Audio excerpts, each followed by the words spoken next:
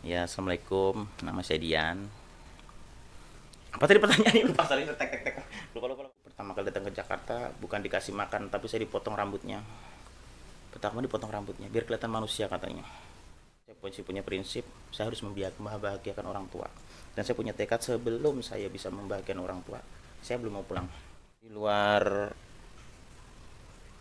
UMKM ini sangat-sangat membantu pemerintah dalam mensejahterakan masyarakat. Itu tidak bisa dibohongin. Nek wani, ojo beti-beti, nek weti, ojo wani-wani. Oh iya. Promosi intinya ya. Ini jadi kayak artis. Ya, perkenalkan, saya Dian. Profesi saya direktur di sebuah perusahaan yang bergerak di bidang sipil, kontraktor, interior, renovasi, dan sebagainya.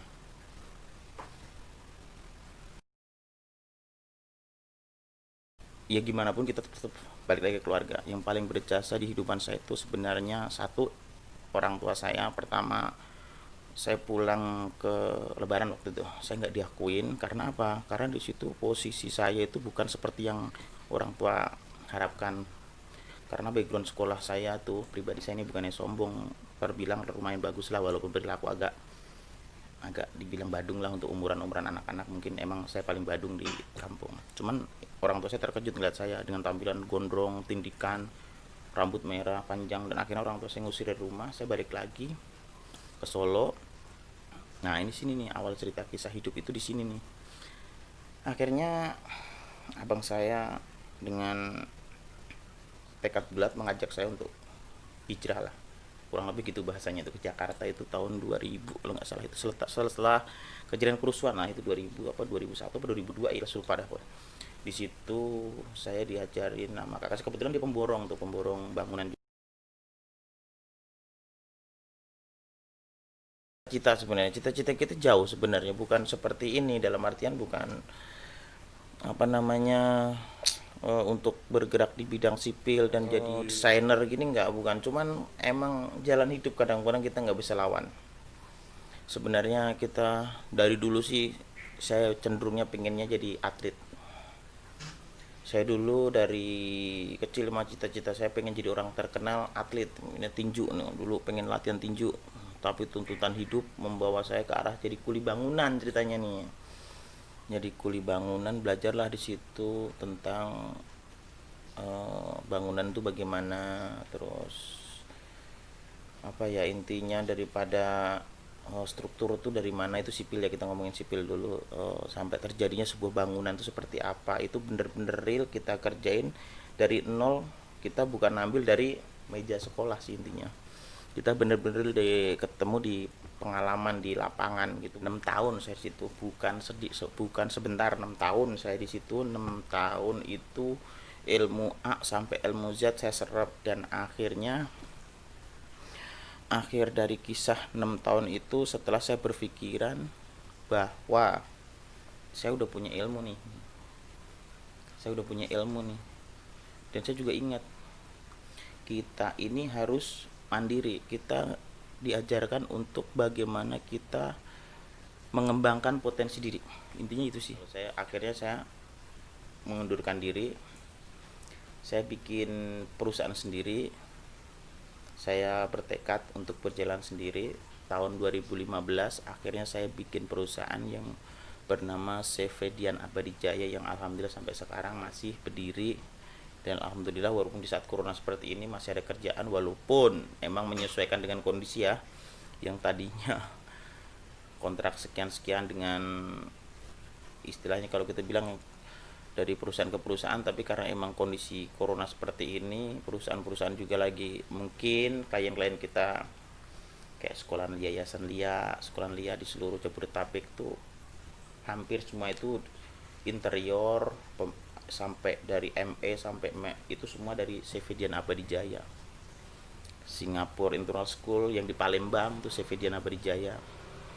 Sebelum tahun ini nih, sebelum corona ini, itu berjalan selama 15 2015 2016 2017. Nah, 2018 sampai sekarang ini 2019 corona 2020 ini kita rada gimana ya istilahnya lah, dia klien-klien besar kita agak, emang bukan agak ya, kontrak-kontrak kita juga dibatalin, tapi ya alhamdulillah bagaimanapun juga yang kita ikhtiar, kerjaan masih ada walaupun kita banting setir nih, kita banting setir yang tadinya company ke company antara perusahaan ke perusahaan, kita sekarang mainnya di level bawah nih, kita main di level bawah, kita main untuk apa ya, renovasi rumah, karena untuk project-project seperti itu kayak lagi nggak stabil dah.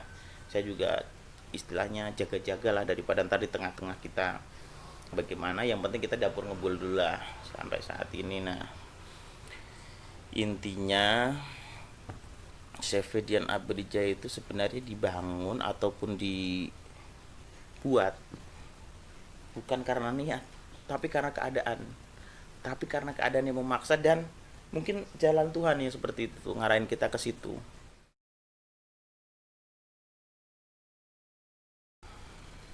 Jadi, kenapa perusahaan saya kasih nama CV Dian Abdijaya? Maksud lain cuma sebuah nama itu biar ada maknanya gitu loh. Makna intinya sebuah doa gitu loh.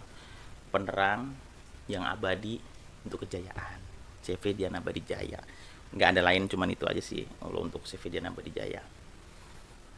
Jadi profil CV Dian Abdijaya itu saya dirikan tahun 2015 sampai sekarang tahun 2020, alhamdulillah masih berdiri, dan saya rencananya mau bikin satu perusahaan lagi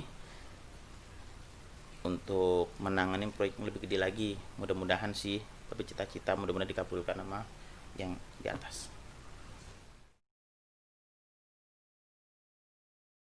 Kalau untuk tanggapan keluarga nih, ya alhamdulillah sih, keluarga tuh, saya gini, kalau buat sama keluarga tuh saya nggak pernah cerita tentang apa susahnya saya berjuang, tapi selalu saya kasih tahu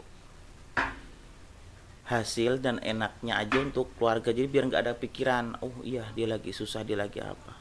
Di mata keluarga saya yang baik-baik aja, yang jelek-jelek tuh saya apa istilahnya saya umpetin lah gitu, jangan sampai ketahuan yang jelek-jeleknya bagaimana, intinya gitu. Jadi keluarga mah tanggapan untuk sebuah perusahaan ini, jadi dia kaget, dia terkejut, dia nggak nyangka gitu loh.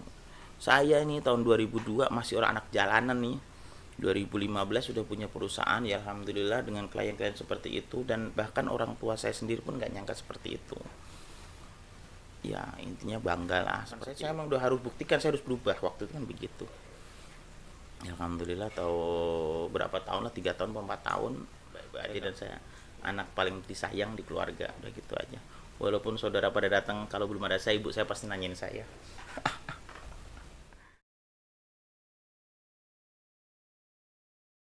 Kalau semangat nih ya pengen nyerah sekarang ini ya, bangun sipil interior sangat sangat sangat lesu, dan pokoknya ada sih rasa aduh, kayaknya sih apa saya banting setir ya, pindah profesi ya jadi youtuber kayak gitu. Cuman kan nggak mungkin nggak mungkin segampang itu. Saya kan selain di yang paling awet ini aja nih perusahaan saya itu, saya yang bertahan cuman ini aja, karena mungkin emang yang di atas sudah menggariskan untuk ini. Kalau untuk saya harus menyerah untuk saat ini di posisi seperti corona seperti ini, kalau bukan ya maaf apa ya, kalau bukan orang hebat yang masih sanggup bertahan, tumbang di saat ekonomi seperti ini. Sedangkan kalau sebuah perusahaan itu pasti ada piutang kan, dan piutang itu harus dibayar kan. Di sana saya pun rela apapun tuh harus tanggung jawab saya. Untuk saat ini dengan income perusahaan seperti ini, ya beberapa aset kita lepas, aset-aset dulu yang kita lepas, aset kecil, contoh kayak beberapa mobil-mobil dulu nih yang kita, ya alhamdulillah sih masih ketutup sampai sekarang kayak gitu-gitu. Ya berat lah untuk saat ini, pokoknya di saat corona seperti ini. Saya sih doa mudah-mudahan corona cepat berlalu, pemerintahan bikin kebijakan yang bagaimanapun harus memihak ke pengusaha kecil kayak kita. UMKM ini sangat-sangat membantu pemerintah dalam mensejahterakan masyarakat. Itu tidak bisa dibohongin. Makanya saya pesan juga nih ke pemerintahan, tolonglah di saat corona seperti ini penting kebijakan-kebijakan yang memihak ke UMKM seperti saya gini pribadi ini. Ya bukannya kita mau ngemis ke pemerintah, maaf sih, kita nggak ada cerita untuk itu, nggak ada maksud untuk itu, cuman kebijakan-kebijakan ya kelonggaran lah. Sebenarnya sih kalau kita ngomong iri-iri lah, maksudnya gini, orang demo, orang apa diperbolehkan gitu loh, sedangkan kita untuk kerja di area-area tertentu kagak boleh. Seperti itu kan harus pemerintah lebih jeli lagi. Itu kan seorang kita nyari rezeki ya kan, nyari nafkah itu lebih penting daripada orang demo, Pak. Cuman itu aja sih pesan saya, tetap saya jaga protokol kesehatan mah emang harus, dan itu penting sekali untuk menjaga kesehatan kita juga, itu sangat sangat sangat penting. Nek wani ojo beti-beti, nek weti ojo wani-wani. Assalamualaikum, nama saya Dian. Ya, saya direktur sebuah perusahaan bergerak di bidang sipil, interior, dan konstruksi. Jangan lupa tonton channel YouTube ini, karena apa? Di dalam channel YouTube ini banyak manfaat sekali, inspirasi hidup kalian bagi anak muda banyak sekali. Jadi yang butuh inspirasi hidup di share lah, biar bagaimanapun kalau kalian peduli sama channel ini bagus ya dukung.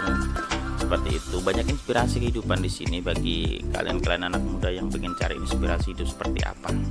Oke, terima kasih. Assalamualaikum warahmatullahi wabarakatuh.